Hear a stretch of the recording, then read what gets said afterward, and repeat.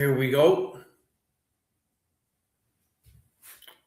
Morning, folks. Welcome to another Mark's morning check-in. Hope you all have a very good day. I'm saying goodbye to my little grandson.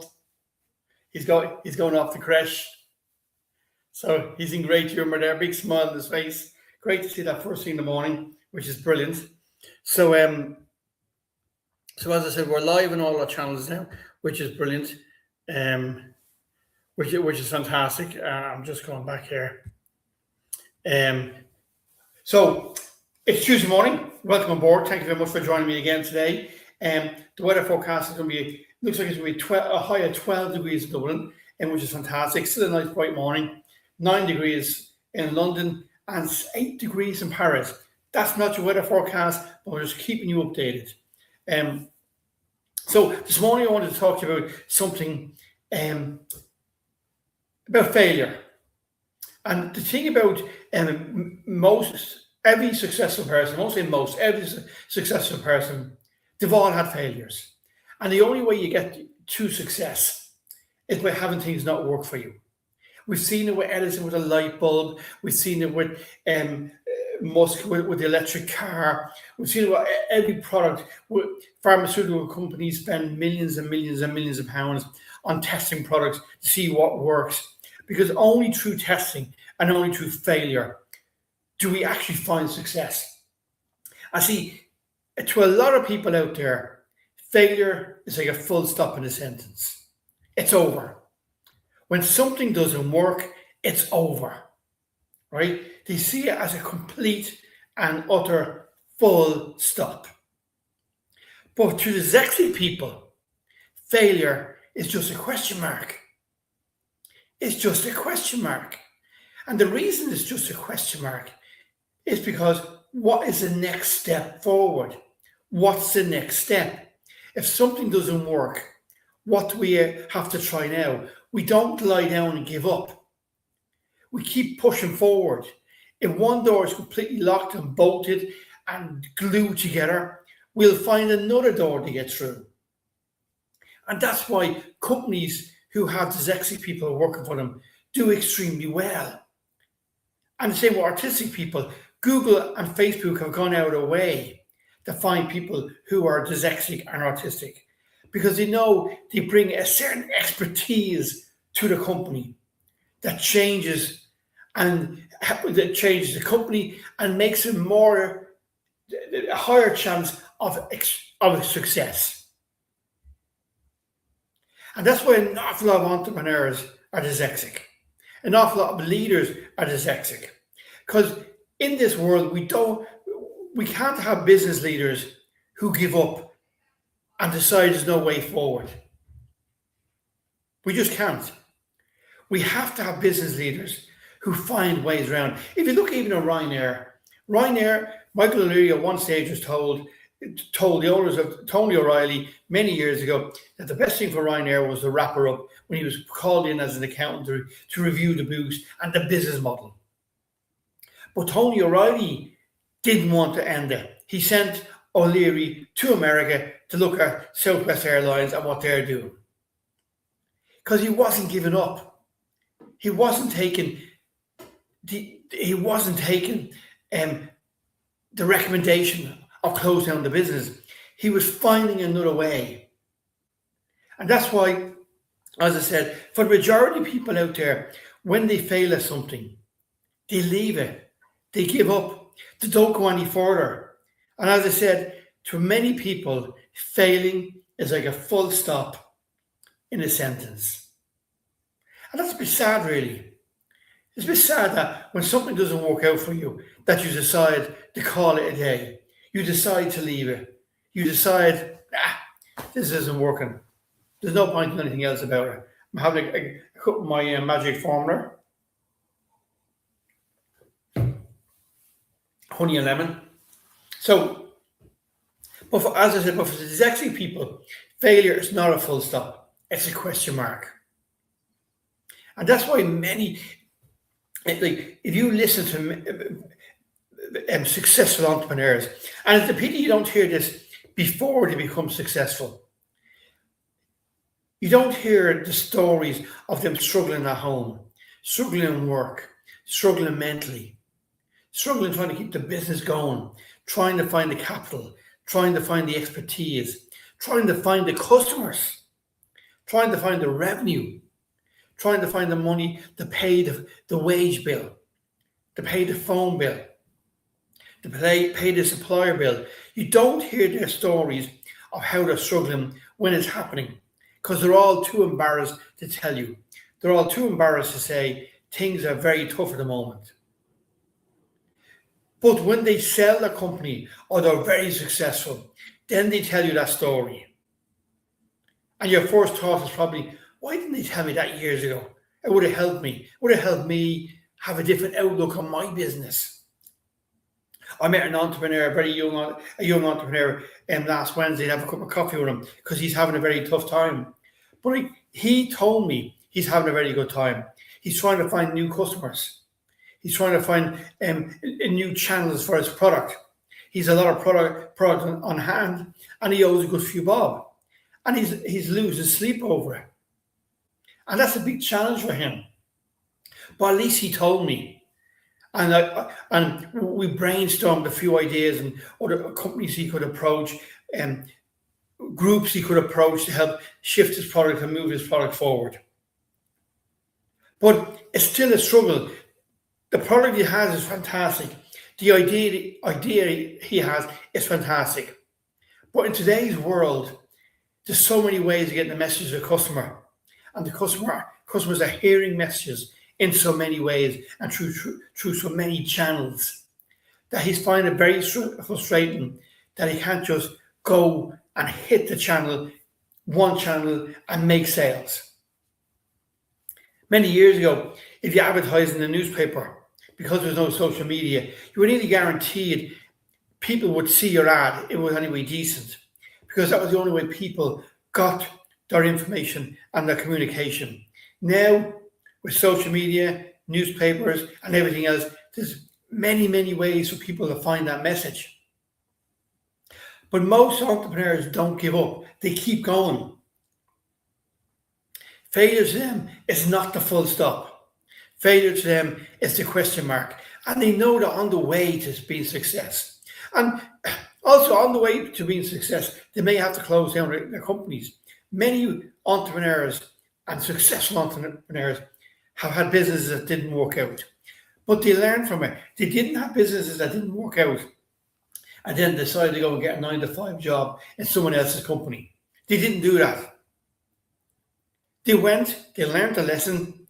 They may have taken a week off, they may have taken a month off, maybe taken 4 months off to lick their wounds and to recalibrate where they are and to go again.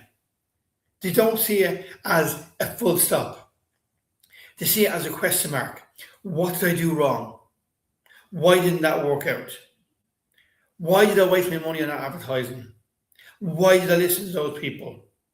Why did I use that supplier? Why didn't I do this? They ask all those key questions and then they move on again. They go forward and they move on. And that's what it's all about.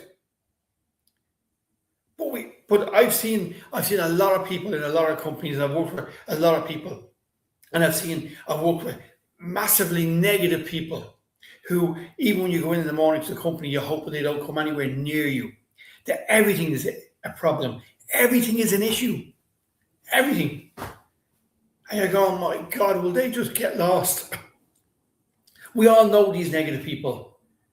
When you give them a new idea, they'll have 15 reasons why it won't work.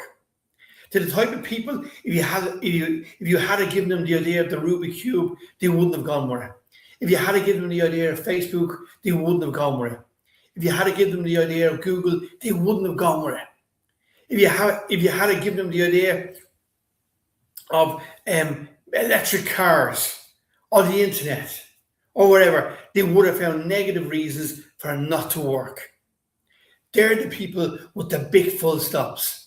They're the people that will be still where they are in 5, 10, 15, 25 years' time. They're putting in the time for the pension. That's their time on this earth, is putting in time for the pension. I always remember when Aircom bought their company. My new boss brought me in and he said, I only have one word of advice for you. And this chap was about 40 years old at the time. He said, I have one word of advice here. He said, Mark, whatever you do, don't mess up my pension. So at 40 years old, he was making sure no one messed up his pension. No one messed up where he was in the company. And yet this is someone that was supposed to be in charge of developing a new thing called the internet and looking for new opportunities in this new thing called the internet. And he was so risk averse, that was a joke. He didn't want to know. When he wanted an answer to a question or he had to make a decision, he used to set up a committee with himself as chairman. And because it was a committee, the committee will make a decision and deliver that decision, and he would act on it, even though he was chairman of the committee. But it meant if anything went wrong, no one could blame him because he would just point the finger and say, it was the committee that made the decision, not me. What a way to be risk averse, right? Imagine living your whole life like that. It must be incredibly boring, right? So don't see failure as the full stop.